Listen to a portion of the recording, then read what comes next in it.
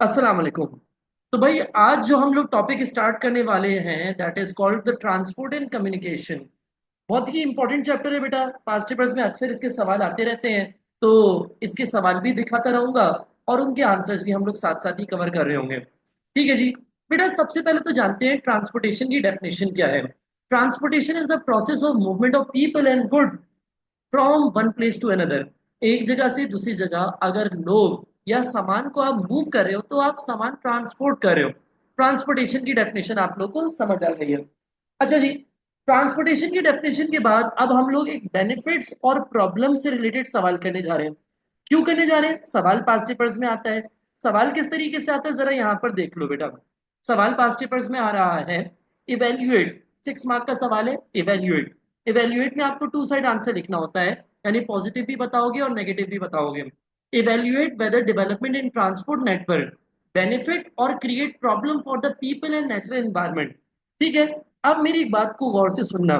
जब यहाँ पर दो चीजें दे दी जाती हैं, जैसे यहाँ पर पीपल भी दिया हुआ है और नेचुरल एनवायरनमेंट भी दिया हुआ है, तो आप दोनों को एड्रेस करो, चाहे पॉजिटिव वे में चाहे नेगेटिव वे में। कोशिश करो कि दोनों को एड्रेस किया जाए। ठीक है।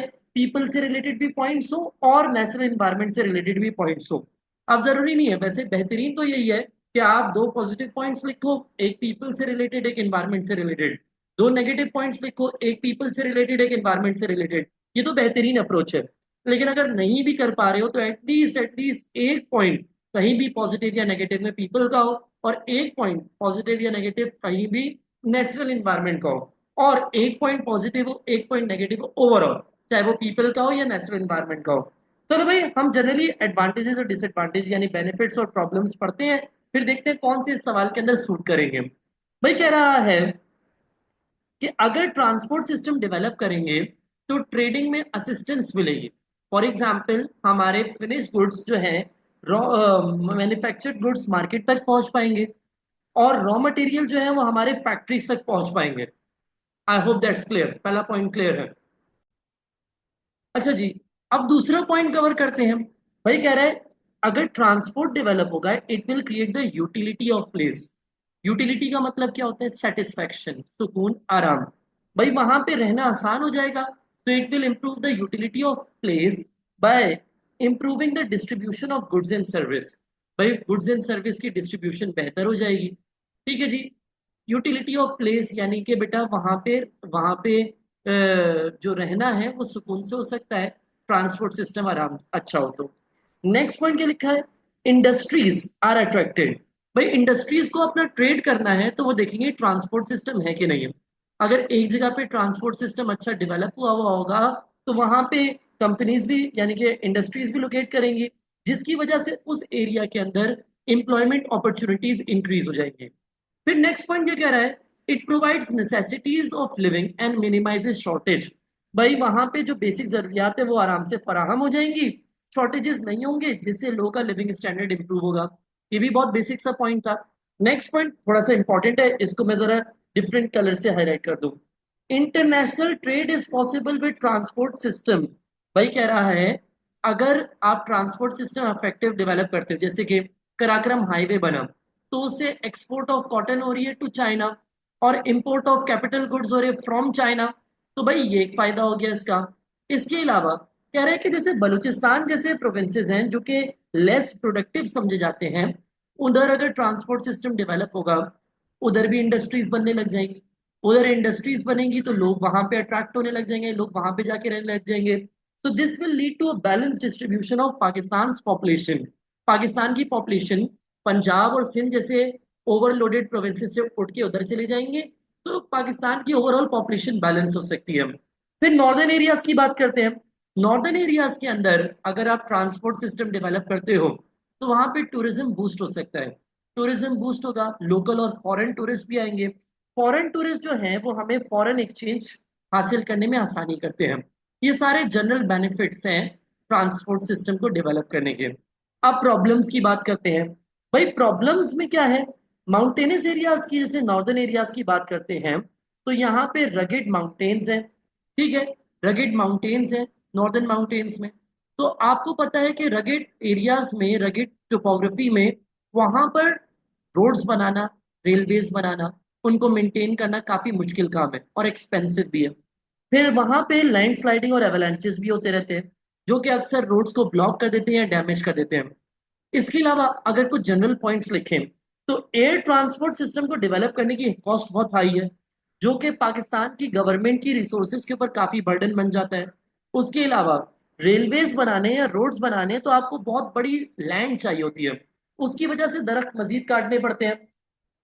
अब दरख्तों को काटना पड़ता है तो आपको पता है फिर इन्वायरमेंटल इम्पैक्ट होगा।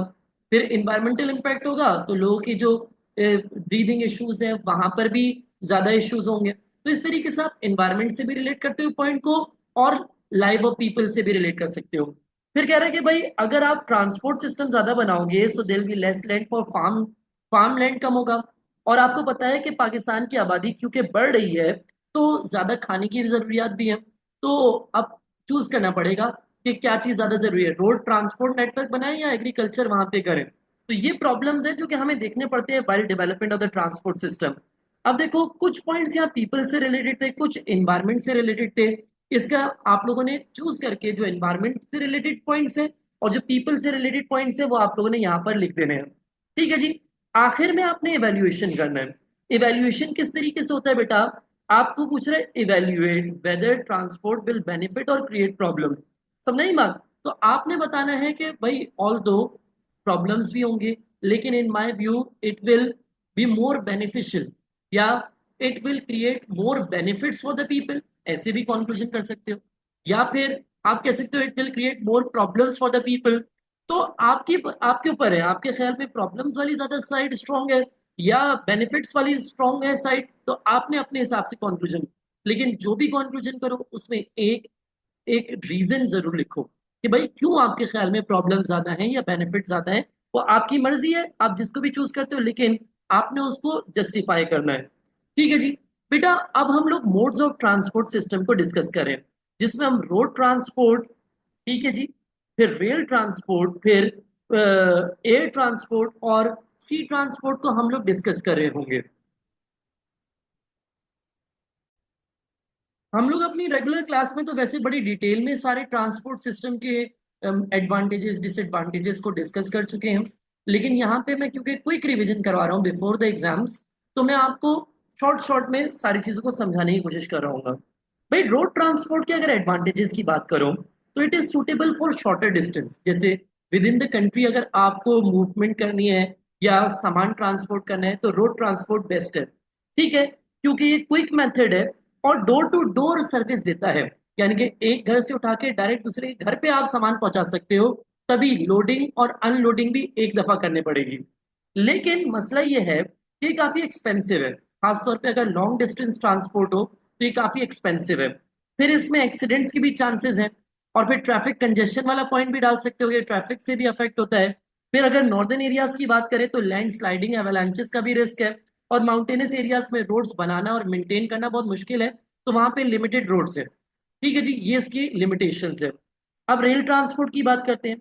रेल ट्रांसपोर्ट जो है वो बल्की गुड्स के लिए सूटेबल है, जैसे एग्रीकल्चरल गुड्स है ना, इसके लिए बेस्ट है रेल ट्रांसपोर्ट क्योंकि सस्ता सामान होता है। ठीक है, तो आपको पता है कि वो आराम से रेल ट्रांसपोर्ट से ट्रांसपोर्ट कर सकते हैं।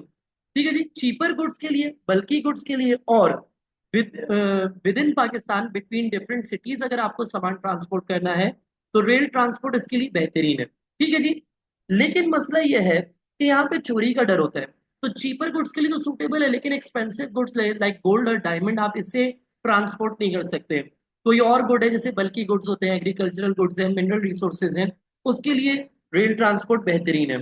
फिर बेटा यहाँ पे एक डिसएडवांटेज ये कि डोर टू डोर सर्विस नहीं है। पहले घर से सामान लोड करके आपको लेके जाना पड़ेगा रेलवे पे, रेलवे स्टेशन पे दोबारा लोड करना पड़ेगा, फिर दूसरे स्टेशन पे अनलोड करके फिर गाड़ी में लोड करके फिर दोबारा आपको वहां पे अनलोड करना पड़ेगा डेस्टिनेशन पे। तो लोडिंग और अनलोडिंग मल्टीपल टाइम्स करने पड़ती है। इसी तरीके से इसमें भी एक्सीडेंट्स के चांसेस हैं। ठीक है जी, एक्सीडेंट्स के चांसेस हैं। अच्छा, फिर आगे पढ़ रहे हैं बेटा एयर ट्रांसपोर्ट। एयर ट्रांसपोर्ट के एडवांटेजेस क्या है, फास्टेस्ट है। सॉरी सी हमने मिस कर दिया था, सी की भी बात कर लेते हैं। सी ट्रांसपोर्ट भी बल्कि गुड्स के लिए सूटेबल है, जैसे कॉटन एक्सपोर्ट करते हैं ना पाकिस्तान, तो सी ट्रांसपोर्ट यूज करता है। चीपेस्ट है, cheapest method of transport for international trade. और इंटरनेशनल ट्रेड भी पॉसिबल है, क्योंकि पाकिस्तान के पास सी लिंक है, हमारे पास पोर्ट कासिम भी बना हुआ है, किमाड़ी भी है, गवादर पोर्ट भी है। तो हम लोग इंटरनेशनल ट्रेड आराम से कर सकते हैं सी पोर्ट के जरिए। फिर पाकिस्तान के अगर पोर्ट्स की बात करें तो पाकिस्तान के पास वार्म वाटर पोर्ट्स है which allows trade through out the year, so it also increases the importance of sea transport। लेकिन मसला ये कि स्लोएस्ट है, 3 3 4 4 महीने 6 6 महीने में सामान पहुंच रहा होता है। फिर बेटा पेरिशेबल गुड्स, पेरिशेबल गुड्स से क्या होगा, अगर आपने सब्जी भिजवा दी तो फिर तो 6 महीने बाद कितनी फ्रेश होगी आपको आइडिया होगा। और फिर लैंडलॉक्ड सिटीज के लिए एक बड़ा प्रॉब्लम है। लैंडलॉक्ड सिटीज क्या होती है, जैसे इस्लामाबाद है, उधर चारों तरफ सी नहीं है। तो फिर डिपेंड ये करता है कि ड्राई पोर्ट वहां पे अवेलेबल है कि नहीं है। ड्राई पोर्ट आपका सामान सी पोर्ट तक पहुंचा देगा और वहां से वापसी ले आएगा। तो कुछ कुछ सिटीज में तो चलो, लैंडलॉक्ड सिटीज में तो ड्राई पोर्ट की मदद से इंटरनेशनल ट्रेड हो जाता है कि वो सामान ले आते हैं सी ट्रेड तक, सी पोर्ट तक। लेकिन जिन सिटीज के अंदर ड्राई पोर्ट भी मौजूद नहीं है, उनके लिए ये सी ट्रांसपोर्ट को यूज करना बड़ा मुश्किल है। ठीक है जी। अब बेटा एयर ट्रांसपोर्ट की बात करते हैं। एयर ट्रांसपोर्ट फास्टेस्ट है, क्विकेस्ट है, तभी मोस्ट एफिशिएंट है, और हाई वैल्यू गुड्स के लिए बहुत अच्छा है क्योंकि सेफ्टी है यहाँ पे, और इंटरनेशनल ट्रेड भी हो सकता है। ठीक है जी, क्योंकि आपको पता है इंटरनेशनल ट्रेड या तो सी के थ्रू या एयर के थ्रू ही होता है मेनली। लेकिन मसला क्या है, मोस्ट एक्सपेंसिव भी है, तभी सिर्फ एक्सपेंसिव गुड्स या हाई वैल्यू गुड्स के लिए इसको यूज किया जा सकता है, लेकिन लो वैल्यू गुड्स के लिए सुटेबल नहीं है। फिर क्लाइमेटिक फैक्टर भी है बेटा, बारिश हो रही है या ओस पड़ी हुई है, फ्रॉस्ट है, तो आपको पता है कि फिर वो फ्लाइट टाइमिंग चेंज होती रहती है। उसके अलावा बल्कि गुड्स के लिए सूटेबल नहीं है, भारी गुड्स के लिए टनो टनो मन मन जो है वो आप इसमें नहीं ट्रांसपोर्ट कर सकते, एक लिमिटेड बर्डन कैरी कर सकते हैं। ठीक है जी। तो हम लोगों ने यहाँ पे क्या कर लिया, चारों ट्रांसपोर्ट नेटवर्क्स को डिटेल में, चारों मोड्स ऑफ ट्रांसपोर्ट को डिटेल में पढ़ लिया। अब हम रोड ट्रांसपोर्ट को जरा डिटेल के अंदर मजीद जाके पढ़ेंगे, फिर रेल ट्रांसपोर्ट को पढ़ेंगे, फिर सी ट्रांसपोर्ट, फिर एयर ट्रांसपोर्ट को पढ़ेंगे। ठीक है जी।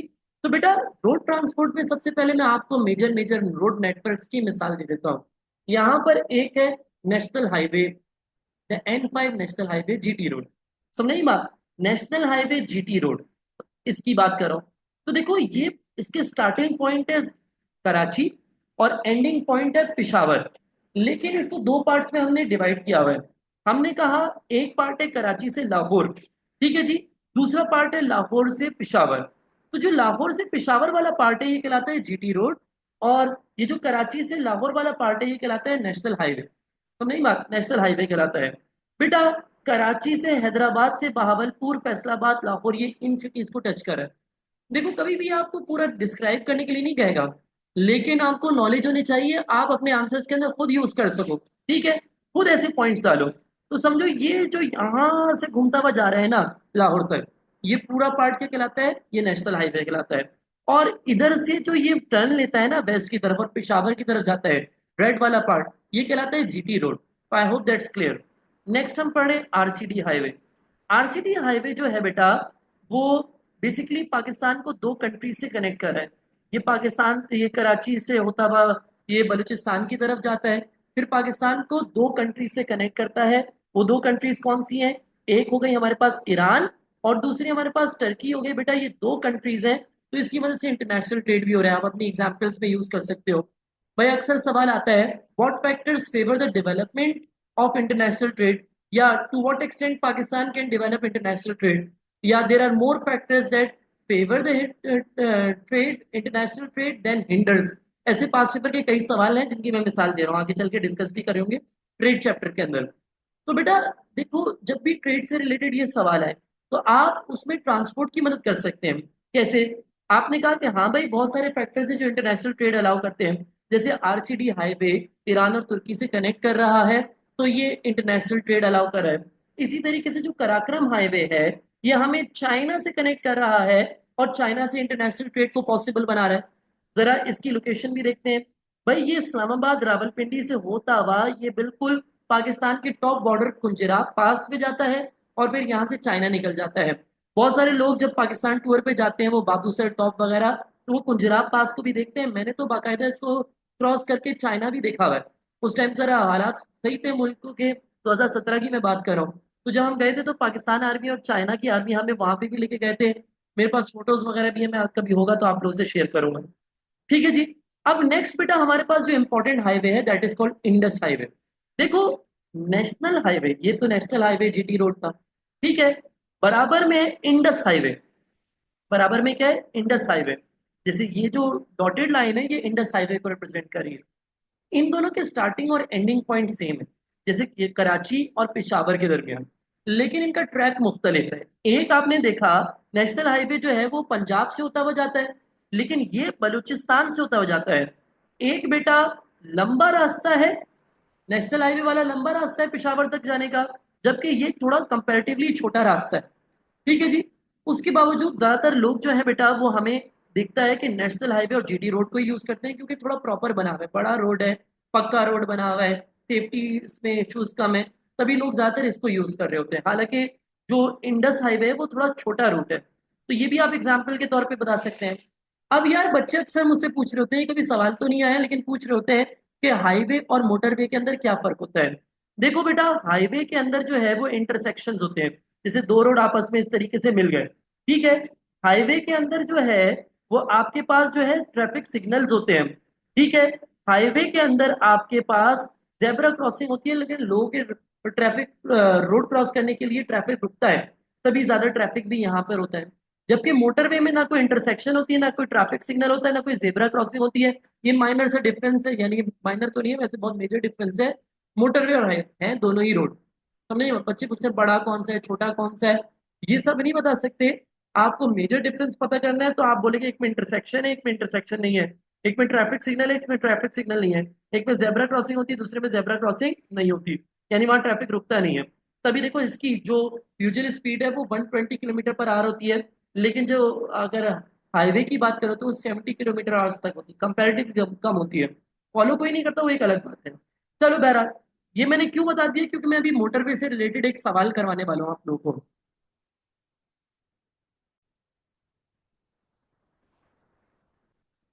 बेटा, यहाँ पर पास्ट पेपर का एक सवाल आया हुआ है।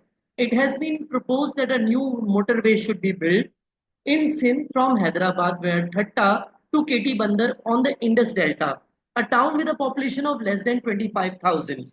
Explain why this motorway might be needed. तो भाई, इंडस डेल्टा कौन सी एरिया है जहाँ इंडस रिवर जो बह रहा है? कहाँ पे बह रहा है भाई? अरेबियन सी के अंदर, उसको कहते हैं इंडस डेल्टा। कह रहे हैं वहां पे केटी बंदर है, तो नहीं बात। और प्रपोजल ये है कि हैदराबाद से गुजारते हुए, ठट्टा से गुजारते हुए केटी बंदर जो इंडस डेल्टा पे है, यहाँ तक आप मोटरवे बना दो। तो यार एक सेकेंड, अगर मैप में मैं बात करूं, फॉर एग्जाम्पल भाई यहाँ पर है हैदराबाद, तो यहाँ से यहाँ तक का कह रहे हैं मोटरवे बना दो। अब इस पे जरा बात कर लेते हैं कि यार ये इम्पोर्टेंस क्या है इसकी, पॉसिबल है, डिफिकल्ट है, क्या है, मसला क्या है इसका, जरा वो सारी चीजें देख लेते हैं। पूछा हुआ क्या क्या है। Explain by this motorway might be needed. जब भी आपसे पूछे कोई चीज नीडेड क्यों है, तो उसका मतलब उसकी इंपॉर्टेंस बतानी है, उसके बेनिफिट्स बताने हैं, ठीक है। To what extent this proposal would be possible. To what extent में है, यानी कि पॉसिबिलिटीज भी बतानी है और डिफिकल्टीज भी। एक सवाल में तीन तीन चीजें पूछ रहा है। भाई पता नहीं क्यों इतना जुल्म कर रहा है, सब कुछ एक ही सवाल में पूछना है, अलग अलग पार्ट्स बना देता है इसके, लेकिन नहीं, सब कुछ इसी में पूछ लिया। तो भाई मोटरवे की जनरल इंपॉर्टेंस बता रहा हूँ कि why motorways are needed. What is the importance of motorway? Motorway जब बनते हैं तो it promotes the growth of industrial state. भाई आपको पता है इंडस्ट्रियल स्टेट क्या होता है? मैंने आपको बताया था बेटा। देखो, अगर फॉर एग्जाम्पल एक बड़ा रोड जा रहा है, तो नहीं बात, एक क्या है, बड़ा रोड जा रहा है, तो गवर्नमेंट कहती है कि यार यहाँ से इंडस्ट्रीज का ट्रेड आराम से हो सकता है। तो जब गवर्नमेंट मोटरवे बनाती है ना, तो साथ में ही इसके क्या बनाना शुरू कर देती है, इंडस्ट्रियल स्टेट्स बनाना शुरू कर देती है। इंडस्ट्रियल स्टेट क्या होता है, मैंने आपको इंडस्ट्री चैप्टर में भी समझाया। Industrial state is an area reserve for industries only. यहाँ पर हंड्रेड्स ऑफ इंडस्ट्रीज बनती हैं, तो सोचो उनको कितनी जरूरत पड़ती होगी ट्रांसपोर्ट सिस्टम इफेक्टिव होने की। तभी जब गवर्नमेंट मोटरवे बनाती है, तो मोटरवे के साथ साथ इंडस्ट्रियल स्टेट्स भी बन जाते हैं। और इंडस्ट्रियल स्टेट्स बनेंगे तो इंडस्ट्रीज बनेंगी, इंडस्ट्रीज बनेंगी तो कंट्री के अंदर प्रोडक्शन होगी। तो बेटा आप ये कह सकते हो कि motorway promotes industrial growth by development of industrial states on the motorway. दूसरी बात बेटा, कुछ ट्रैफिक यहाँ पर डिवाइड हो जाएगा, डाइवर्ट हो जाएगा। तो बेटा आपको पता है, जब रोड का ट्रैफिक मोटरवे पे डाइवर्ट हो जाएगा, तो this will reduce the traffic congestion on major roads which will result in efficient trade. लोग एफिशिएंटली ट्रेड कर पाएंगे। अब ये एफिशिएंसी का मतलब भी समझ लो, एक बार फिर समझा रहा हूँ। एफिशिएंसी का मतलब होता है रिसोर्स कम लगना, चाहे टाइम कम लग रहा हो, चाहे पेट्रोल कम खर्च हो रहा है, यानी कि कोई पैसा कम खर्च हो रहा हो या टाइम कम खर्च हो रहा हो, तो हम कहेंगे कि ये एफिशिएंट ट्रेड अलाउ करती है। ठीक है जी। अब बात कर रहे हैं कि भाई वाई इज इट पॉसिबल। भाई पाकिस्तानी गवर्नमेंट है ना, बहुत पैसा है इसके पास, गवर्नमेंट फंडिंग है, जिसकी मदद से आराम से मोटरवे बन सकता है। और बिल्कुल बिल्ड से भी बनाने, बेसिक से भी बनाने की जरूरत नहीं है। हमने पढ़ा था ना इंडस हाईवे है, आप लोगों को याद है ना, मैंने बताया था यहाँ पे हैदराबाद और ये वाला पूरा एरिया इंडस हाईवे। तो इस इंडस हाईवे को ही आप इजीली अपग्रेड कर सकते हो with little investment, and it can be easily upgraded to become a motorway. तो इसी को थोड़ा सा पैसा लगा के मोटरवे बना दो। तो देखो इसलिए पॉसिबल तो है, लेकिन मसला क्या है, फिर हमारी गवर्नमेंट कहती है कि यार इसकी तो बहुत हाई कॉस्ट आएगी, high cost of development, which will become a burden on government resources, and it is difficult to carry out development projects in Pakistan because of foreign debt। जैसी पाकिस्तान अपना सोचता है कि यार कुछ डेवलपमेंट कर ले, कुछ कोशिश करता है, कुछ भलाई कर ले मुल्क के लिए, तो फौरन अमेरिका को अपना लोन याद आ जाता है। अमेरिका चाहता ही नहीं है भाई, ऐसे मुल्क चाहते ही नहीं है कि हम कभी भी अपने मुल्क को डेवलप करें। तभी हम फॉरेन डेट में जब तक फंसे हुए हैं बेटा, तब तक हम अपने मुल्क के अंदर कुछ भी डेवलप नहीं कर सकते। I hope that's clear. भाई रेल ट्रांसपोर्ट की अब मैं बात कर रहा हूँ। रेल ट्रांसपोर्ट जो है, ये एक और मोड ऑफ ट्रांसपोर्ट है। जरा इसका मैप दिखा देता हूँ मैं आपको। भाई मैप कैसे आ गया, उसने कहा कि भाई यूजिंग 4.1 ओनली। देखो बेटा, जब ओनली का लफ्ज इस्तेमाल हो जाए ना, मैंने आपको अपनी फिजिकल क्लास में भी समझाया था, जब भी ओनली का लफ्ज आ जाए तो आपने क्या करना है, सिर्फ वही टर्म्स, वही नाम, वही चीजें लिखनी है जो इस मैप के अंदर आपको नजर आ रही है। फॉर एग्जाम्पल, मुझे पता है कि ये प्रोविंस है बलूचिस्तान, लेकिन क्या इस मैप के ऊपर कहीं लिखा हुआ है बलूचिस्तान? तो मैं नहीं कह सकता कि भाई बलूचिस्तान में ऐसा चल रहा है या वैसा चल रहा है। समझ नहीं बात? ठीक है। अब आप कहोगे कि सर यहाँ पर अगर देखा जाए तो यहाँ पे बलूचिस्तान की टर्म इस्तेमाल हुई हुई है। ठीक है, बिल्कुल हुई हुई है, क्योंकि ये थोड़ा पुराना सवाल है ना। नए सवालों में थोड़ा सा एहतियात कर रहे हैं। ठीक है, पुराने सवालात में तो चल रहा था ये चीज, ठीक है, लेकिन नए सवालों में अब मार्क्स स्कीम थोड़ी सी चेंज हो गई है। तो आपने कोशिश यही करनी है कि आपने जहां पर भी ओनली का लफ्ज आ गया ना, वहां पर आपने वो टर्म्स इस्तेमाल नहीं करनी जो कि मैप के अंदर नहीं लिखी हुई। आपने सिर्फ वही टर्म्स इस्तेमाल करनी है जो मैप पे लिखी हुई है। फॉर एग्जाम्पल, अज्यूम करो कि यहाँ पे एक्स लिखा हुआ है, या यहाँ पे कोयटा लिखा हुआ है, या यहाँ पे ईरान लिखा हुआ है। अगर आप इनकी मदद से समझा सकते हो तो समझाओ, वरना उस पॉइंट को छोड़ दो। ठीक है। फॉर एग्जाम्पल, यहाँ तो लिखा हुआ है, इस मार्क्स की में तो ये लिखा हुआ है कि यार पंजाब प्रोविंस के अंदर बहुत डेंस नेटवर्क है। ठीक है, केपीके के अंदर सिर्फ दो लाइंस हैं, बलूचिस्तान के अंदर सिर्फ एक लाइन है जो कि आगे डिवाइड हो रही है दो में। ठीक है, और मॉडरेट नेटवर्क है सिंध के अंदर। लेकिन नई मार्क्स स्कीम के अकॉर्डिंग आप इस तरीके से नहीं कर सकते अपना आंसर। आपने क्या करना होगा, आप ये कहो पिशावर लिखा हुआ है ना, पिशावर की मदद से बताओ। आप कहो पिशावर के नीचे हमें दो स्मॉल लाइंस नजर आ रही है। आप बोलो इस्लामाबाद के साउथ पे और सिटी वाई के ईस्ट पर हमें एक डेंस नेटवर्क नजर आ रहा है। या फिर आप कहो कि लाहौर के वेस्ट पे और सिटी वाई के ईस्ट पर हमें एक डेंस नेटवर्क नजर आ रहा है। आप कहो कि कोयटा के वेस्ट पे टूवर्ड्स ईरान हमें एक लाइन जाती हुई नजर आ रही है। समझ आ रही है बात? आपने सिर्फ वो टर्म्स इस्तेमाल करनी है जो कि यहाँ पर लिखी हुई है। आपको सिटी जेड के और कराची के दरमियान हमें दो लाइंस जाती हुई नजर आ रही है, एक मॉडरेट नेटवर्क नजर आ रहा है। समझ आ गई बात कि नहीं समझ आई? चलो भाई, रेल ट्रांसपोर्ट से रिलेटेड एक और सवाल कर लेते हैं। देखो भाई, यहाँ पर एक टू स्टेटमेंट क्वेश्चन आया है, जिसमें वो कह रहा है the existing rail network could be extended in Balochistan to encourage further industrial development and settlement growth in this province. ठीक है जी।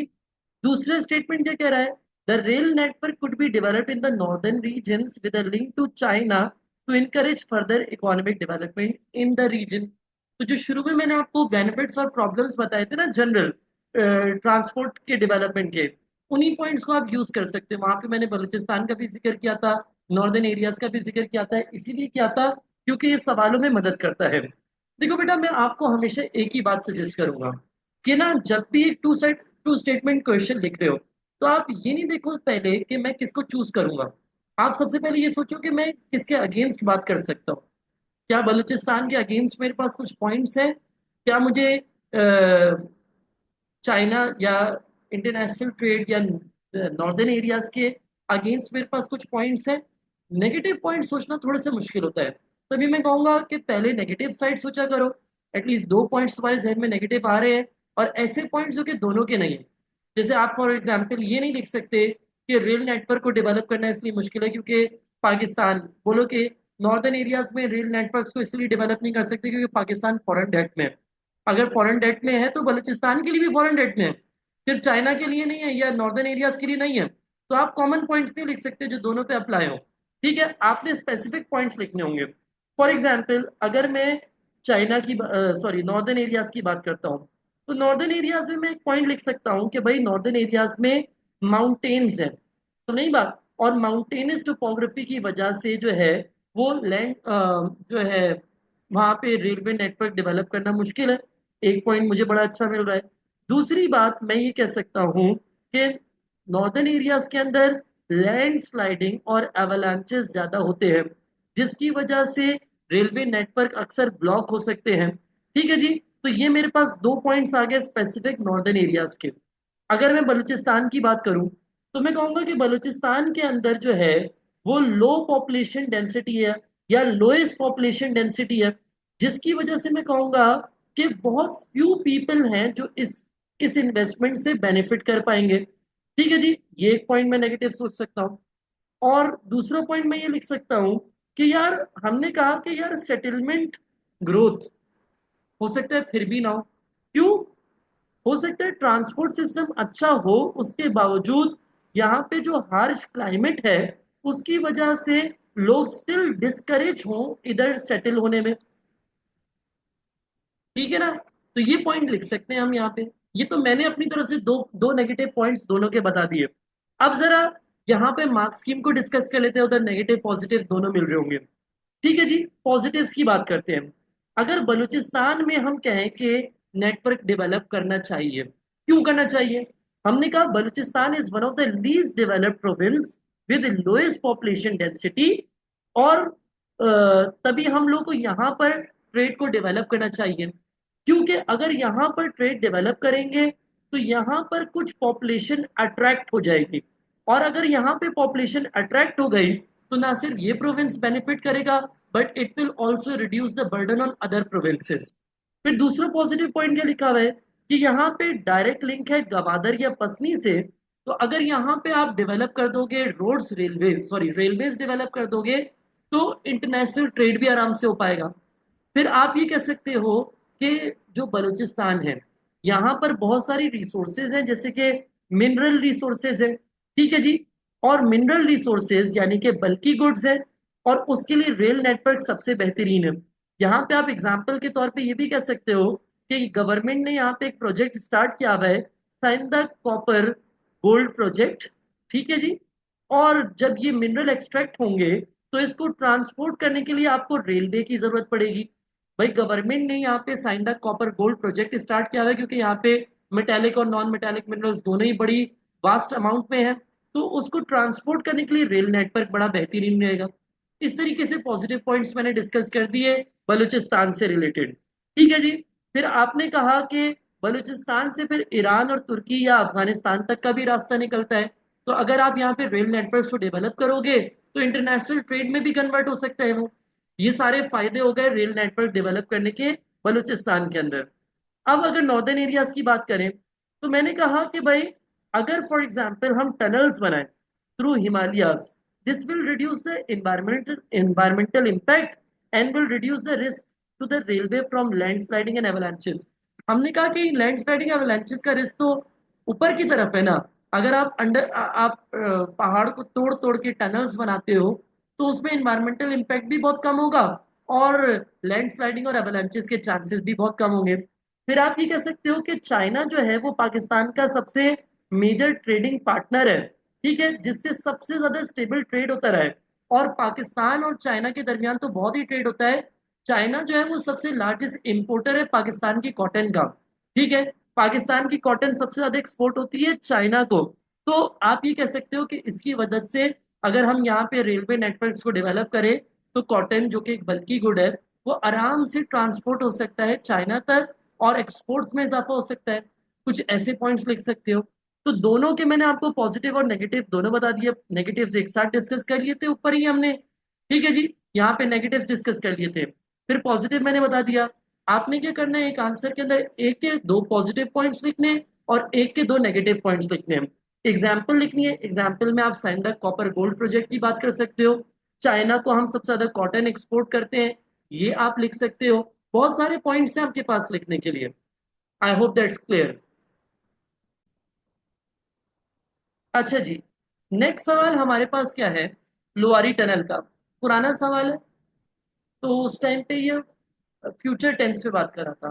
कह रहा है कि Lowari tunnel is due to open in 2017। It is a 8.6 kilometer long and will give Chitral Valley its only all-weather road to the rest of Pakistan. For some Chitral Valley, for some in Chitral Valley, this tunnel will be of real benefit, while for others it will create problems. ये कुछ के लिए problems create करेंगी और कुछ के लिए बहुत ही फायदेमंद साबित होगी। तो भाई क्या कह रहे हैं, to what extent this Lowari tunnel benefit और create problem for the local people and the economy. तो देखो, बात ये है कि इसने एक तो दो चीजें पूछ ली आपसे, क्या पूछ ली, एक तो इसने बेनिफिट और प्रॉब्लम दोनों पूछ लिया। ठीक है जी, बेनिफिट और प्रॉब्लम दोनों पूछ लिया इसने आपसे। दूसरी बात इसने जो है वो आपसे कहा, दो दो लोगों पे इम्पैक्ट पूछ लिया, लोकल पीपल पे और इकोनॉमी पे। तो बेहतर तो यही है कि आप दो पॉइंट्स लिखो पॉजिटिव, जिसमें एक पॉइंट लोकल पीपल पे जा रहा हो, एक इकोनॉमी से रिलेटेड हो। इसी तरीके से दो नेगेटिव पॉइंट्स लिखो, एक लोकल पीपल पे जा रहा हो, एक इकोनॉमी से रिलेट कर रहा हो। फिर आप एंड में इवैल्यूएशन दो। ठीक है, तो बेहतरीन तो तरीका यही है जो मैंने आपको बताया। हाँ, अगर आप ऐसा नहीं कर पा रहे तो एटलीस्ट पूरे आंसर में एक पॉइंट प्रॉब्लम का हो, एक पॉइंट बेनिफिट का हो, एक पॉइंट उनमें से इकोनॉमी से रिलेट हो, एक लोकल पीपल से रिलेट। ये सबसे हल्की अप्रोच है। भाई कह रहा है अगर पीपल के लिहाज से बात करें तो ट्रैवलिंग टाइम बहुत कम हो जाएगा, और हुआ भी है। फॉर एग्जाम्पल चित्राल से पिशावर तक का जो रास्ता है वो इसने 14 घंटे के रास्ते को 7 घंटे में कन्वर्ट कर दिया। तो it has improve the mobility of people and goods. लोगों का एक जगह से दूसरी जगह मूव करना आसान हो गया है। ठीक है जी, फिर इस मोबिलिटी के रिजल्ट में टूरिज्म में भी इजाफा हुआ है। टूरिज्म, लोग टूरिस्ट भी आ रहे हैं, सिर्फ लोकल्स जा नहीं रहे, वहां से लोकल्स मूव नहीं करे, बल्कि लोकल और फॉरेन टूरिस्ट दूसरी जगहों से यहाँ पे आ पा रहे हैं। तो जो चित्राल वाले लोग हैं उनके लिए इनकम जनरेट हो रही है, और जो फॉरेन टूरिस्ट आते हैं उनसे तो फॉरेन एक्सचेंज भी आ रहा है। लेकिन मसला ये है कि जितने ज्यादा टूरिस्ट आते हैं उतना ज्यादा कल्चर भी डिस्ट्रॉय होता है और क्रिमिनल एक्टिविटीज भी वहां पे बढ़ती हैं। आपको पता है जब फॉरेन टूरिस्ट आते हैं उनका अपना मिजाज है, उनके लिए जो चीज हराम हलाल है हमारे लिए वो मुख्तलिफ है। तो वहां पे आके शराब पीना, वहां पे ड्रग्स का इस्तेमाल करना, वहां पे प्रोस्टिट्यूशन और ऐसे क्राइम्स भी बढ़ रहे हैं जिससे लोकल कल्चर डिस्ट्रॉय हो रहा है। उसके अलावा आपको पता है कि अब वहां पे व्हीकल ज्यादा इस्तेमाल होंगे। जब ऑल वेदर रोड बनाएंगे तो व्हीकल ज्यादा इस्तेमाल होंगे, तो व्हीकल्स के रिजल्ट में एयर पोल्यूशन में इजाफा होगा। और एयर पोल्यूशन यानी पोल्यूशन आहिस्ता आहिस्ता वहां की सीनिक ब्यूटी को खराब कर देगा। और जब सीनिक ब्यूटी खराब हो जाएगी तो लॉन्ग टर्म में टूरिज्म में कमी आएगी। ये एक बड़ा प्रॉब्लम है। तो आपके पास पॉजिटिव इम्पैक्ट भी है और नेगेटिव इम्पैक्ट्स भी हैं इसके। ठीक है जी, तो ये हम लोगों ने कुछ पॉइंट्स को डिस्कस किया। अब एयर ट्रांसपोर्ट है। एयर ट्रांसपोर्ट के जो एडवांटेज और डिसएडवांटेजेस हैं वो हम ऑलरेडी डिस्कस कर चुके हैं। इसका सवाल मैं आप लोगों को दिखा देता हूँ कि किस तरीके से आता है। बस वही सिंपली एक्सप्लेन द एडवांटेजेस या इंपॉर्टेंस ऑफ एयर ट्रांसपोर्ट या benefits and problems of air transport पूछ लेता है। अब मैं आपको एयरपोर्ट की डिटेल में एयर ट्रांसपोर्ट की डिटेल में लेके जा रहा हूँ, जिसमें आपको एयरपोर्ट से रिलेटेड सवाल करवा रहा हूँ। ये पास्ट पेपर का सवाल है। कह रहा है describe three factors that encourage the location and developments of airports इन पाकिस्तान। भाई क्या फैक्टर्स हैं जो कि एयरपोर्ट्स की लोकेशन और डेवलपमेंट को अफेक्ट करते हैं। ठीक है जी, एयरपोर्ट्स की डेवलपमेंट और लोकेशन को अफेक्ट करते हैं। भाई पहली बात कह रहे हैं, flat land wide open land available है या नहीं है, क्योंकि रनवे की रिक्वायरमेंट है। दूसरी बात, वहां पे जो जिस शहर में बना रहे एयरपोर्ट, वहां पे लार्ज पॉपुलेशन है या नहीं, यानी वो लार्ज सिटी बिग सिटी है कि नहीं है, क्योंकि फिर उन्हीं से तो डिमांड बनेगी टिकट्स की, या वहीं पे तो एम्प्लॉयज मिलेंगे जहाँ पे बहुत ज्यादा लोग रहते हैं। फिर उसके बाद इंडस्ट्रीज करीब है कि नहीं है। इंडस्ट्रीज करीब होंगी तभी इंटरनेशनल ट्रेड भी चल रहा होगा, इन्वेस्टर्स का आना जाना, बिजनेसमैन का आना जाना, तो टिकट्स की डिमांड होगी। उसके अलावा वहां पे एफिशिएंट ट्रांसपोर्ट सिस्टम बना हुआ है कि नहीं बना हुआ, क्योंकि फिर आपको पता है कि अगर पेरिशेबल गुड्स को आपने एयर ट्रांसपोर्ट के थ्रू भेजना है, for example Pakistan mangoes middle east countries को भेजता है थ्रू एयर ट्रांसपोर्ट, तो भाई वो एयरपोर्ट पे तो ग्रो नहीं होते ना, वो किसी फार्म लैंड पे ग्रो होते हैं। तो अगर वहां पे ट्रांसपोर्ट सिस्टम होगा तभी ये पेरिशेबल गुड्स फॉरेन पहुंच पाएंगे, और एयर ट्रांसपोर्ट के थ्रू फिर ट्रेड हो पाएगा। ठीक है जी। अब बेटा मैं आपको कुछ प्रैक्टिस सवाल दिखा रहा हूँ, जो आप लोगों ने प्रैक्टिस के तौर पे कर लेना, ये आपके बुक के पॉइंट्स हैं, ये पास्ट पेपर्स नहीं है। Explain the factors affecting location of Islamabad airport, explain the factors affecting location of Lahore and Karachi airport. तो ये उस सवाल जो कि मैंने अभी करवाया पास्ट पेपर का, उससे मिलते जुलते सवाल थे, तो मैंने यहाँ पे करवा दिए। फॉर एग्जाम्पल एक पॉइंट तो सब में कॉमन है कि जिधर भी बेटा इंटरनेशनल एयरपोर्ट बना है, वहाँ फ्लैट लैंड तो अवेलेबल थी जो कि रनवे की बेसिक रिक्वायरमेंट है। वो बड़ा शहर था, चाहे इस्लामाबाद हो, लाहौर हो, कराची हो, बड़े शहर हैं जिधर डिमांड ज्यादा है। ठीक है जी। फिर आप दूसरे पॉइंट्स भी लिख सकते हो, जैसे कि लाहौर एक इंडस्ट्रियल और ट्रेड सेंटर है, कराची भी इंडस्ट्रियल और ट्रेड सेंटर है, इस्लामाबाद फेडरल कैपिटल है, तभी वहां पे डिप्लोमेटिक्स और फॉरेन डेलीगेट्स वगैरह विजिट करते रहते हैं। तो ये कुछ पॉइंट्स हैं जो कि मैंने प्रैक्टिस के तौर पे बनाया था, ताकि आप लोग इससे रिलेटेड सवाल कर सको।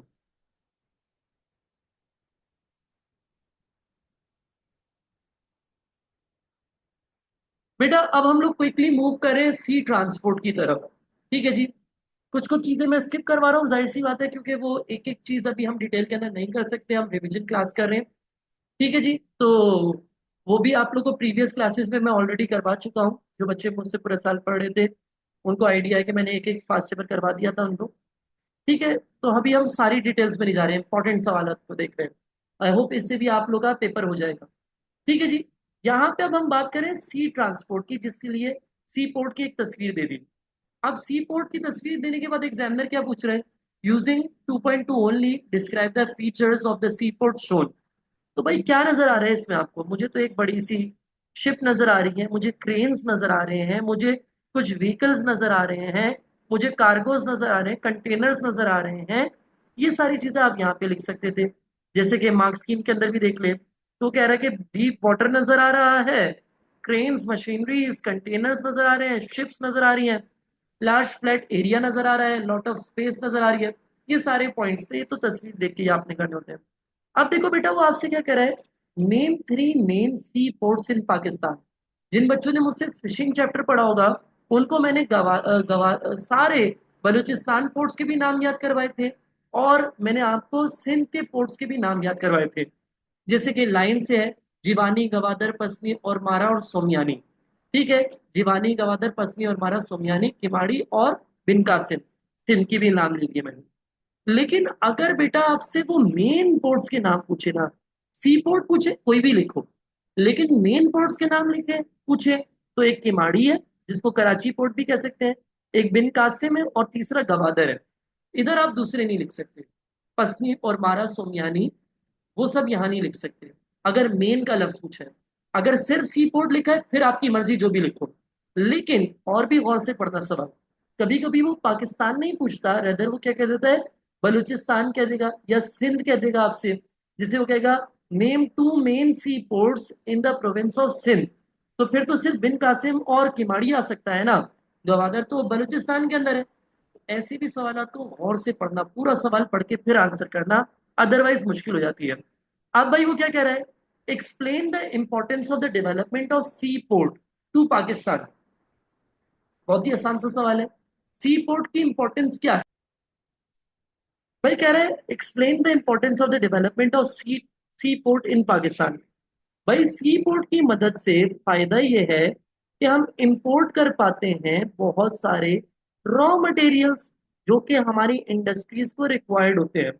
फॉर एग्जाम्पल, भाई हम लोग आयरन और कोल जो है वो इंपोर्ट कर देते हैं, ठीक है जी, जो कि स्टील मिल की रिक्वायरमेंट है, स्टील प्रोडक्शन की रिक्वायरमेंट है।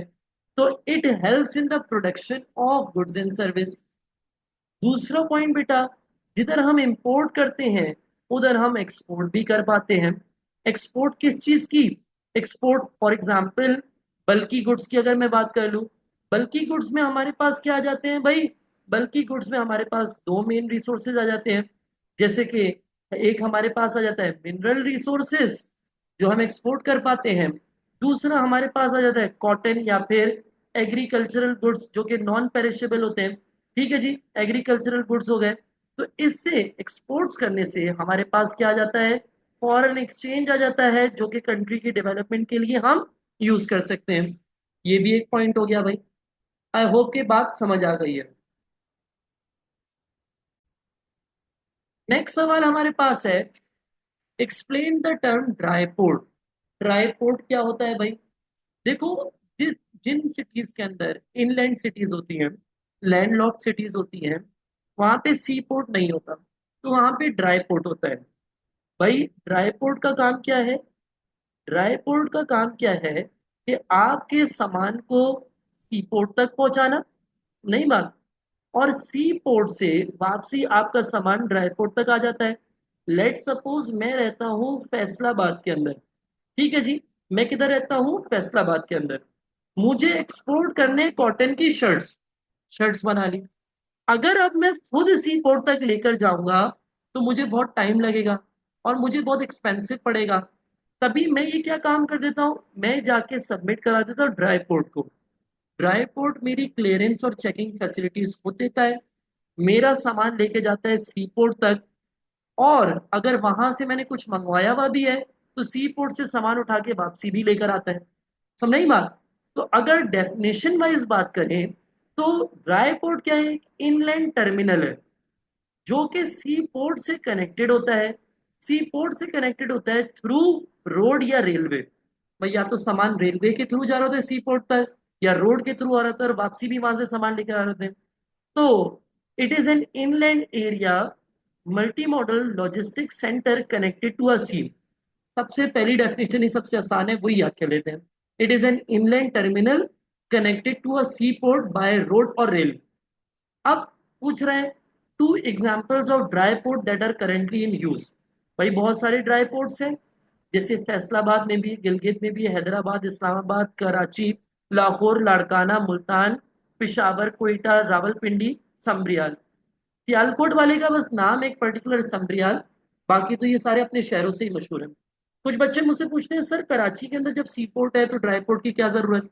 तो भाई सी पोर्ट के ऊपर बर्डन रिड्यूस करने के लिए ड्राई पोर्ट भी बना के रखा हुआ है, क्योंकि कराची के अंदर एक काम थोड़ी होता, बहुत काम होता है। तो बर्डन बहुत ज्यादा हो जाता है किमाड़ी या बिन कासिम पे। अब देखो बेटा वो क्या कह रहा है, explain the advantages using a dry port, और आगे लिखा है you should develop your answer. जहां पर भी ये बात लिखी हुई you should develop your answer, इसका ये मतलब है कि आपने अपने आंसर को क्या करना है, रीजन या रिजल्ट भी लिखना है पॉइंट के साथ। एक पॉइंट के दो मार्क्स हैं, ठीक है जी।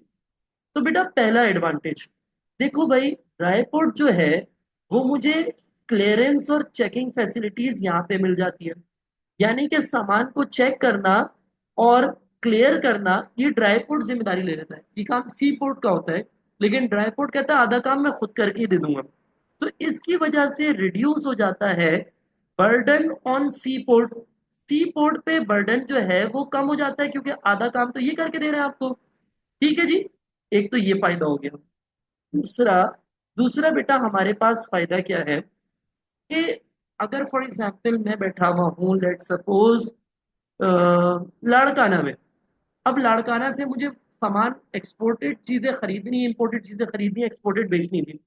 तो मैं तो कहूंगा यार यहाँ तो सी पोर्ट ही नहीं है, मुझे बहुत महंगा पड़ेगा काम करना, तो मैं नहीं करूंगा। नहीं नहीं, आप सर काम करें, आप अपनी इंडस्ट्री बनाएं, ड्राई पोर्ट आपको मदद करके देगी। तो ड्राई पोर्ट जो है वो मुझे इंडस्ट्री बनाने में मदद कर रही है, यानी कि बेटा it boost the process of industrialisation. ये क्या कर देती है? बूस्ट कर देती है प्रोसेस ऑफ इंडस्ट्रियलाइजेशन को, खास तौर पे इनलैंड सिटीज के अंदर जहां पर इंपोर्ट और एक्सपोर्ट करना मुश्किल होता है। उसके अलावा आप जनरली ये भी कह सकते हो कि इसकी वजह से एक्सपोर्ट और इंपोर्ट करना आसान हो जाता है। तो इट प्रोमोट्स इंटरनेशनल ट्रेड। वैसे तो दो पॉइंट लिखने थे, लेकिन मैं तीसरा पॉइंट भी बता रहा हूं, that it will promote international trade. I hope that's clear.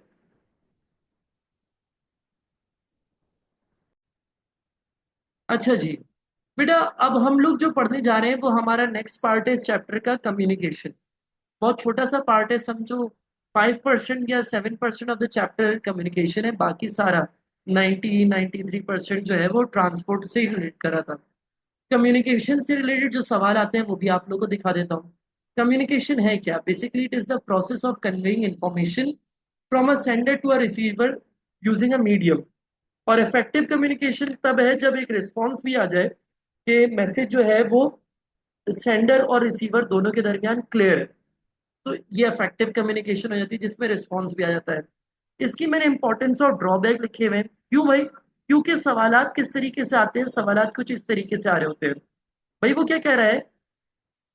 evaluate whether using global telecommunication has improved employment opportunities in Pakistan। क्या टेलीकम्युनिकेशन ग्लोबली, दुनिया भर में जो टेलीकम्युनिकेशन है वो इम्प्रूव होने से एम्प्लॉयमेंट अपॉर्चुनिटीज भी बढ़ी हैं पाकिस्तान में या नहीं? Give reasons to support your answer and refer to examples you have studied. एक ये सवाल आया हुआ था। दूसरा सवाल बेटा आया हुआ था हमारे पास, evaluate whether evaluate the extent to which use of IT यानी information technology has the potential to reduce unemployment. यानी कि टेलीकम्युनिकेशन या आईटी को वो पॉजिटिव और नेगेटिव वे में पूछ रहा है एम्प्लॉयमेंट के पर्सपेक्टिव से, कि इनसे एम्प्लॉयमेंट बढ़ती है या नहीं बढ़ती। ठीक है, तो आपने एम्प्लॉयमेंट के लिहाज से कम्युनिकेशन या आईटी को लिखना है। अभी मैं एक जनरल आंसर पढ़ा रहा हूँ जिसकी मदद से आप ये दोनों सवाल कर पाओगे और इससे रिलेटेड कोई और सवाल आ जाए। जैसे कि यहाँ पर एक और सवाल आया हुआ था, explain how the following factors can increase economic development in Pakistan. You should develop your answer, जिसमें एक था डिग्री लेवल क्वालिफिकेशन, जो कि अभी हमारा मकसद नहीं है, हमारा मकसद है यूज ऑफ टेलीकम्युनिकेशन। तो चलो टेलीकम्युनिकेशन के जनरल एडवांटेजेस और डिसएडवांटेजेस को कवर करते हैं। भाई कह रहा है पहला ही पॉइंट, अगर हम इंपॉर्टेंस में पढ़े यानी पॉजिटिव पॉइंट पर, कह रहे हैं telecommunication creates many employment opportunities, improve the standard of living. Sorry यार, ये तो कोई मुझे बता ही नहीं रहा, मेरे सर पे टिश्यू लगा रह गया। भाई कह रहा है it creates many employment opportunities and improve the standard of living. तो मुझे आप बताओ कौन सी ऐसी जॉब्स हैं जो टेलीकम्युनिकेशन से रिलेटेड है?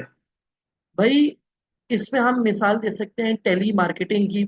टेली मार्केटिंग की कंपनीज पूरी पूरी खुली हुई है जो कि अपने प्रोडक्ट्स को टेलीकम्युनिकेशन के जरिए मार्केट करती है। ठीक है, आपको पता है कि आजकल जो कॉल सेंटर्स हैं, इन्होंने टेलीकम्युनिकेशन के थ्रू कितनी कितनी अपॉर्चुनिटीज जॉब्स की ऑफर की हुई हैं। ठीक है जी, तो ये सब क्या है? एम्प्लॉयमेंट अपॉर्चुनिटीज जनरेट हो रही हैं, लोग पैसा कमा रहे हैं, लोगों का लिविंग स्टैंडर्ड इंक्रीज हो रहा है। फिर दूसरी बात करें, international trade is possible with effective communication system and it allows specialisation. भाई जितना अच्छा आपके पास कम्युनिकेशन सिस्टम है, उतनी ज्यादा इंटरनेशनल ट्रेड आप कर पा रहे हो, तो आप उस पर फोकस करते हो फिर जिस काम में आप बेहतर हो। फॉर एग्जाम्पल, अगर पाकिस्तान कॉटन के प्रोडक्ट्स बनाने में बेहतर है, तो पाकिस्तान वही बनाएगा, एक्सपोर्ट करेगा और दूसरी चीजें खरीद लेगा जिसमें वो बेहतर नहीं है, जिसमें वो मोस्ट एफिशिएंट नहीं है। So it increases the world output as well. क्या होगा? पाकिस्तान अपनी रिसोर्सेज बर्बाद नहीं करेगा उन कामों में जो उसको नहीं आते, वो इंटरनेशनल ट्रेड करा होगा और वो चीजें इंपोर्ट करा होगा जो इसको नहीं बनाने आती। तो इससे मुल्क की और इससे जनरली दुनिया की रिसोर्सेज बेहतर वे में इस्तेमाल हो रही होंगी, जिसकी वजह से वर्ल्ड आउटपुट भी बढ़ता है। या सिर्फ वर्ल्ड को छोड़ दो, आप कहो कि पाकिस्तान का आउटपुट बढ़ेगा। फिर कह रहे हैं कि ये टर्शरी सेक्टर की जॉब्स हैं, जैसे बैंकिंग, इंश्योरेंस वगैरह, ये इसमें जॉब्स मिल पा रही हैं लोगों को टेलीकम्युनिकेशन की मदद से।